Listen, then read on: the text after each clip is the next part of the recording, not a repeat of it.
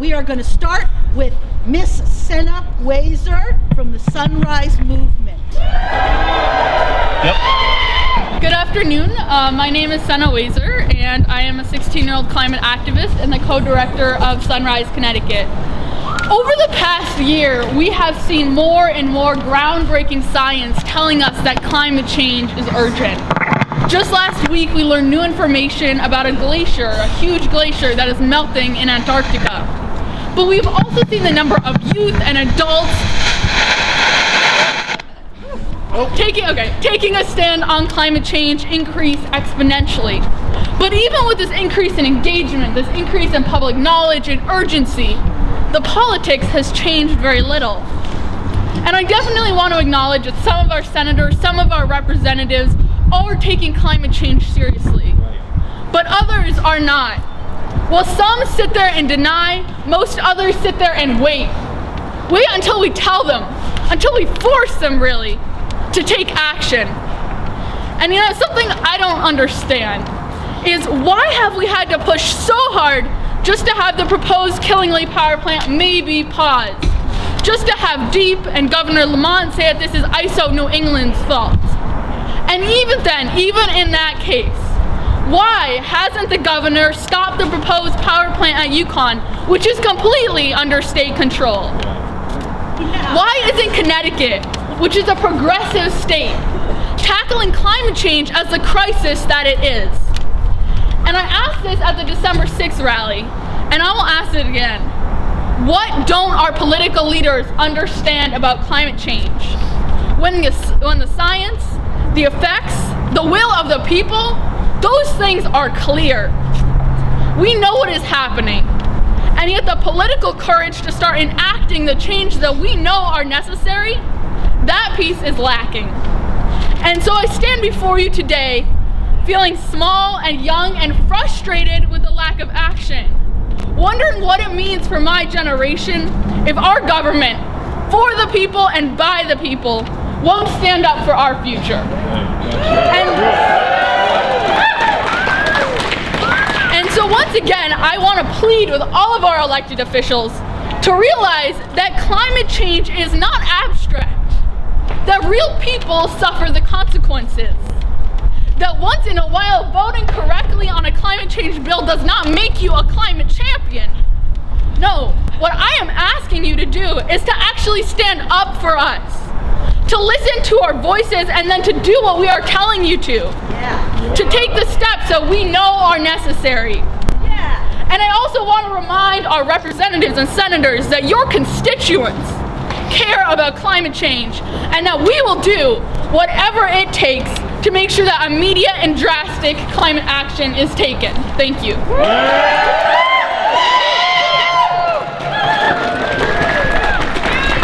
And I'm going to remind everyone that the youth are leading a February 10th Youth Lobby Day, and everyone should come and support them on February 10th. I also want to remind everyone that thestruggle.org is filming us today. Thank you. And I want everyone to make sure and go online, support thestruggle.org, and you can also watch this event today online.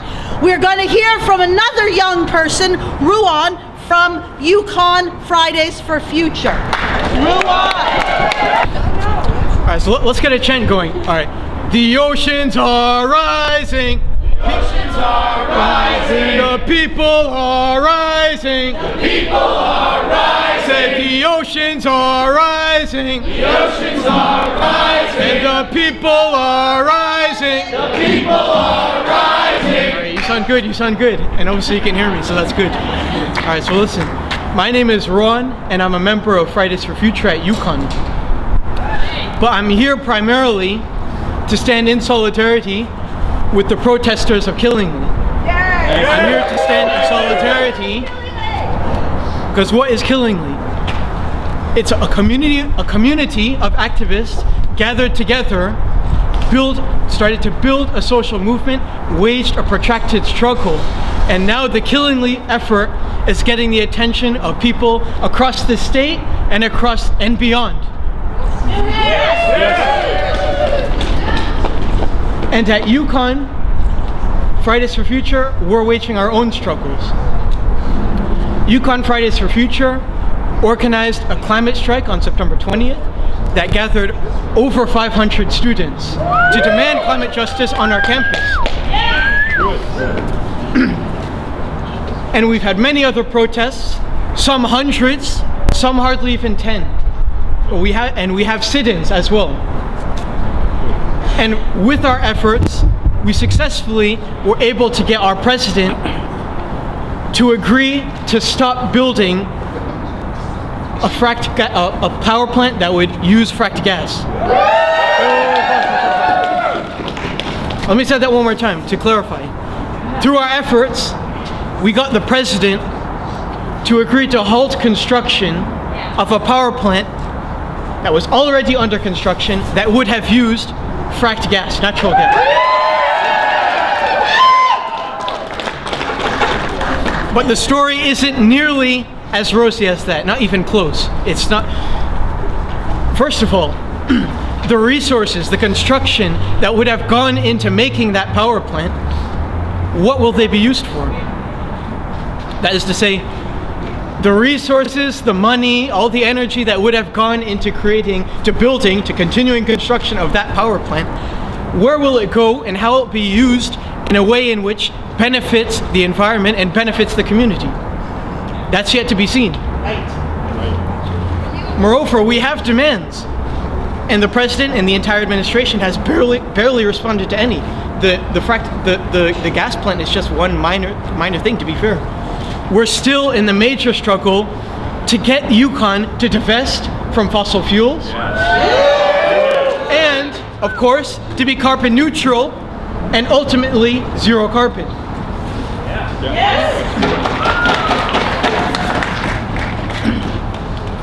Now, and we'll continue to do that. And I'll conclude by saying that in my experiences in climate activism, I've experienced two things, two major lessons. Right? The first one is that this system, as a whole, has failed us. Yes. It's killing us. This system is literally wreaking havoc amongst poor people across the world, oppressed people across the world. This system, a system in which a small class of people who control the production of our global economy, who control the way in which our natural resources are extracted in our planet, Yes, sir. must be stopped and overthrown.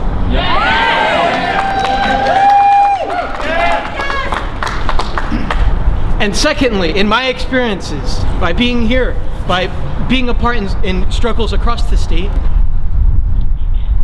and by noticing struggles across the world, we're seeing that the way to go about this is through mass movements. It's through building social struggles. Because when the people come together, they can never be defeated. We'll win not just by merely asking those in power, by asking that small class of individuals to listen to us. We'll win by joining together and forcing that class of individuals to comply with us, to forcing them so that we win. And that's actually what's going on across the world. That's what's going on in Lebanon right now. That's what's going on in Baghdad right now in Iraq. That's what's going on across Latin America. And we must stand in solidarity with social struggles across the world and in Connecticut. Thank you.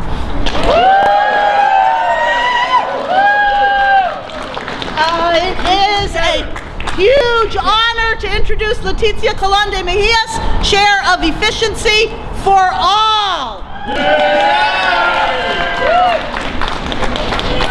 Hello, I'm Leticia Colón de Mejias, and I'm here representing Efficiency for All and Green Eco Warriors today, as well as the ratepayers and residents of Connecticut. And my people, many of them cannot be here today because many low-income and middle-class communities do not have the luxury of taking the day off to come and stand with us. But it doesn't mean that they don't care about their climate or their children or their lungs. Natural gas was the drug that we chose to get off of coal. We know that gas is not good for us, but the state and the nation are simply rationalizing the continued use of natural gas, the drug of choice, instead of getting clean. to the point that right now we are saying that we should go binge before we go get clean. Right. Our state's Governor's Council on Climate Change voted unanimously to recommend greenhouse gas emission reductions of 45% below 2001 levels by 2030. Yet we stand here today fighting against the implementation of another new fossil fuel electricity plant. The gas companies would have us believe that gas is cheaper, cleaner, and more efficient. And our state has been singing the tune, faster, cheaper, and cleaner for far too long. Despite the deep investments and expansion of gas for heating and electric generation, our cost of energy has continued to rise, and so have carbon emissions, polluting fossil fuel air particles, and our rates of asthma in our communities of color and beyond. As an awarded building scientist, I'm here to tell you, as an energy expert and as a mother, that gas, although cheap, is only cheap because we subsidize it. And gas is not clean. From extraction to transportation, through leaky pipelines and combustion, it is a dirty business.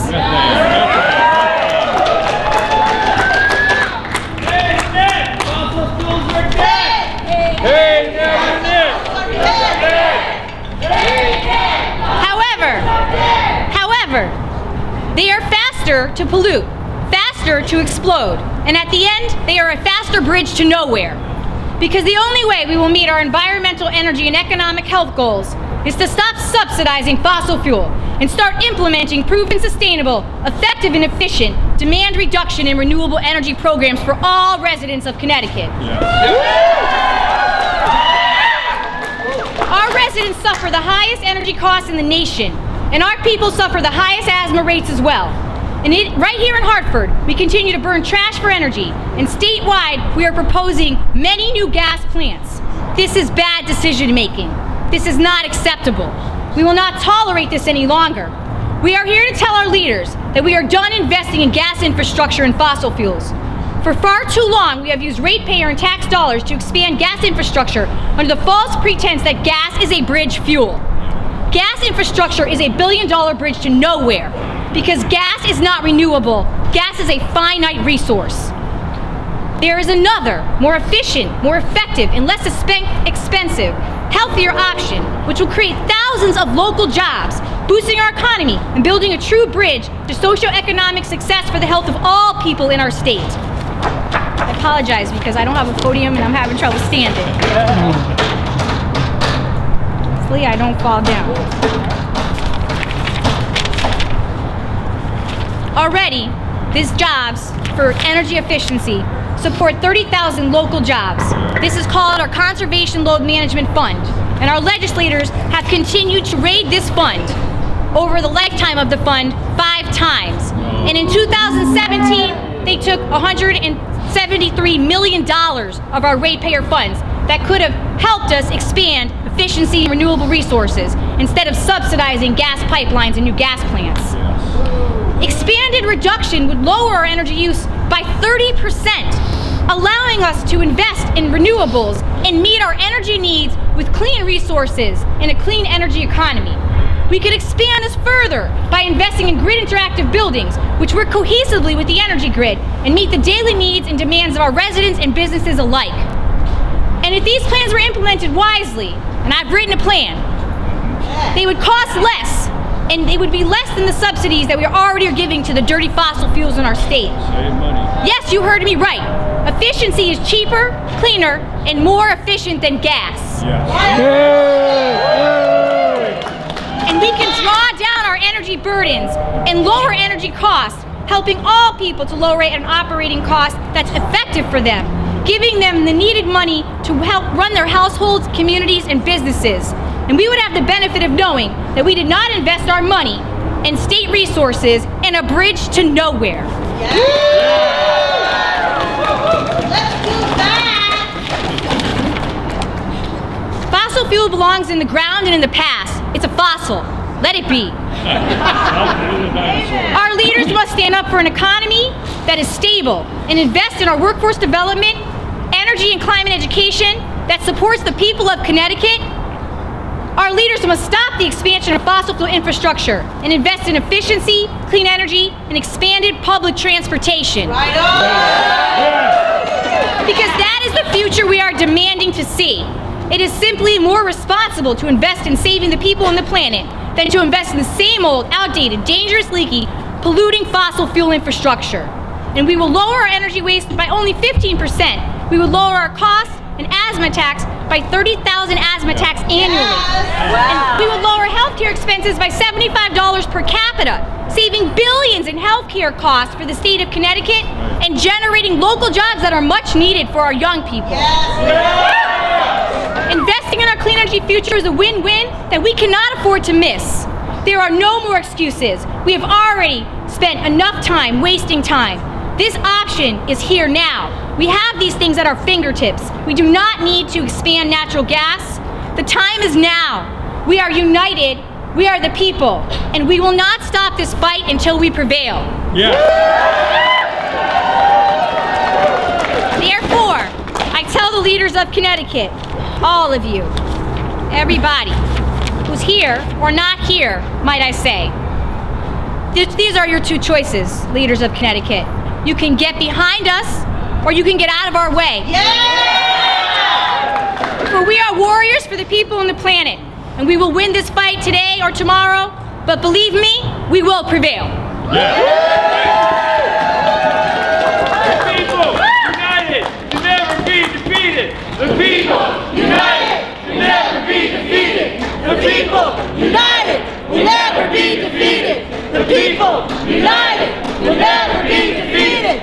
The people united will never be defeated. Okay, and I'd like to introduce Nekita Waller. This is the Connecticut State Troubadour. Now we're going to have some music.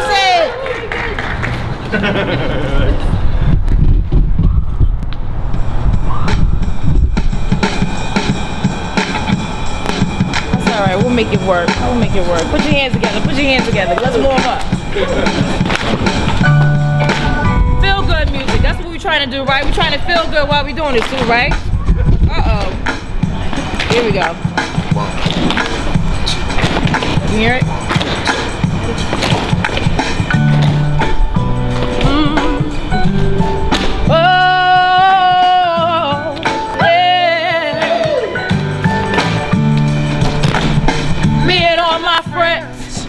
We're all misunderstood.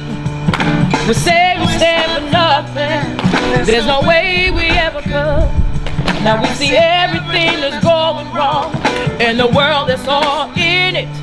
We just know that we don't have the means to rise above and beat it. So we keep on waiting, waiting on the world to change. We keep on waiting, waiting on the world to change. It's not that we don't care, we just know that the fight ain't fair. So we keep on waiting, waiting on the world to change.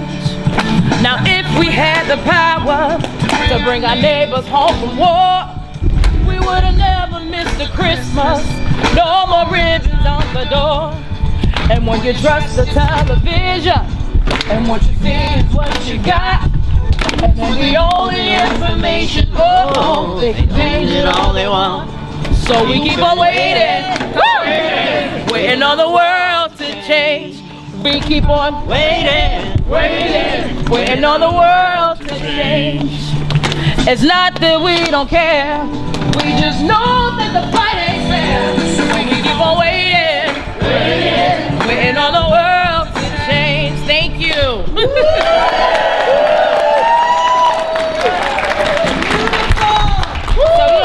Melinda up. Give Melinda a round of applause for coming up here. Let's see if this thing works. So I had some homework to do. And I gave it to her. I'm gonna need you all to teach me some new music so I can go and keep on pushing this fight.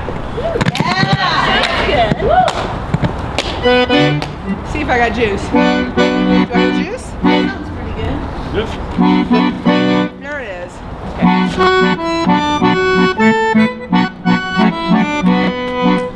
Which side are you on now? What side are you on? Which side are you on now? What side are you on? Sources are you on now? What side are you on? Sources and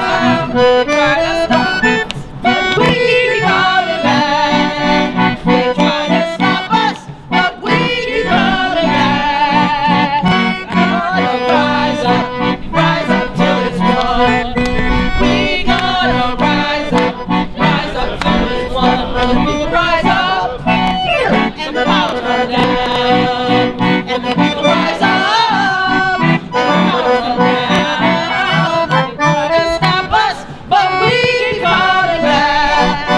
They try to stop us, but we keep coming back. Gonna rise up till it's won. We gonna rise up till it's won. Rise up, and the powers come down. And the people rise up, and the powers come down. They try to stop us, but we keep coming back. They try to stop us, but we keep coming back. They try to stop us, but we keep coming back.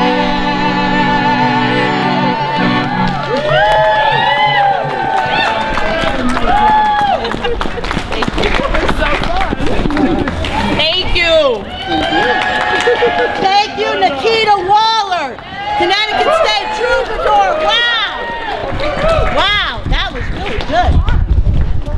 Now I am looking for Mr. Mitch Linck. He's behind you. And Mitch is with 350 Connecticut. Mitchell is an American veteran, and we are going to hear some comments from Mitch. Thank you, Mitch. Hi, everybody. Very good. Money for jobs and education. Money for jobs and education. Not for bombs and occupations. Not for bombs and occupations. Money for jobs and education. Money for jobs and education. Not for bombs and occupations. Not for bombs and occupations. All right, so my name is Mitch Linck. I'm a member of 350 Connecticut and Connecticut Peace and Solidarity Coalition, and I'm a veteran of the Iraq War.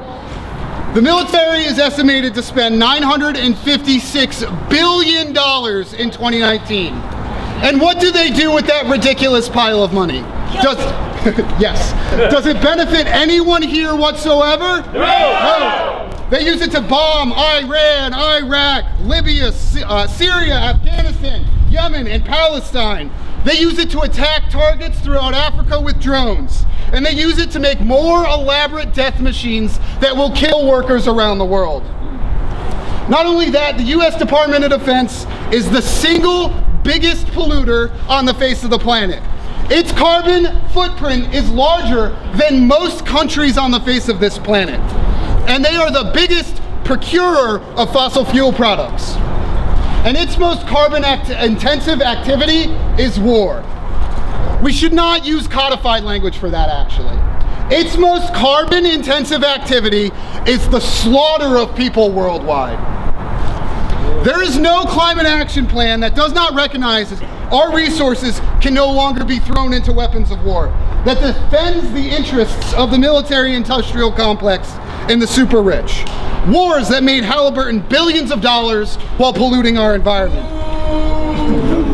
There is no climate plan that says we do not need to retool Connecticut's economy from the military-industrial complex to one that supports green jobs, a green economy, and is for the needs of human beings. What could our government do with the money they currently spend on death and destruction worldwide? Well, they could power all households in this country with wind power free of charge every year. They could pay for everyone 18 to 21 to go to college free of charge. They could create 1.3 million infrastructure jobs to rapidly transition our fossil fuel economy to one for green jobs and a sustainable planet. They could double the number of primary school teachers, and they could create 900,000 green energy jobs. There are solutions to our problems? Shocking, I know. So that's all the federal government. What does the Connecticut state legislature do for the military-industrial complex? Well, for Electric Boat, they gave them a $35 million interest-free loan to update machinery and equipment. The state paid $20 million to dredge the Connecticut River so they could use a dry dock boat to launch submarines. Not sustainable. Up to $20 million from Connecticut in sales and use tax exemptions for capital and new construction on the Electric Boat campus. For Lockheed Martin, a $220 million deal to keep Sikorsky headquartered in Connecticut till 2026. Exempt from sales and use tax to the tune of $5.7 million a year. And a performance incentive grant of up to $1.9 million a year to a total of $20 million under the life. Spend that on clean energy. Seriously. And for Pratt & Whitney, $500 million in capital improvements and tax offsets from the state of Connecticut will be extended for 14 years to 2028. Yet they always tell us there's not enough money for education. There's not enough money for solar power. They have to raid the Green Energy Fund. They have to raid the Transportation Fund, all to pay for something else. And just like we must fight the expansion of natural gas in Connecticut, we must fight the expansion of the military-industrial complex here in Connecticut. We must fight to close the nearly 800 military bases around the world. And we must use the resources that legislators have given to war profiteers to make the world a more just, sustainable, and equitable place. The climate and war are linked because the climate and our economy are linked. And here in Connecticut, we have a war economy. One that is bolstered by endless wars around the world, wars that don't benefit anyone but the super wealthy. And we can change that by coming together. Business as usual will kill us. We must band together and fight, because when we can get millions in the streets across this country, no one can ignore us. Working people make this world run, and working people want a livable planet. When we all come together and decide that things must change, there is nothing that can stop us. Because when we fight, we win, and we must fight to survive. Thank you.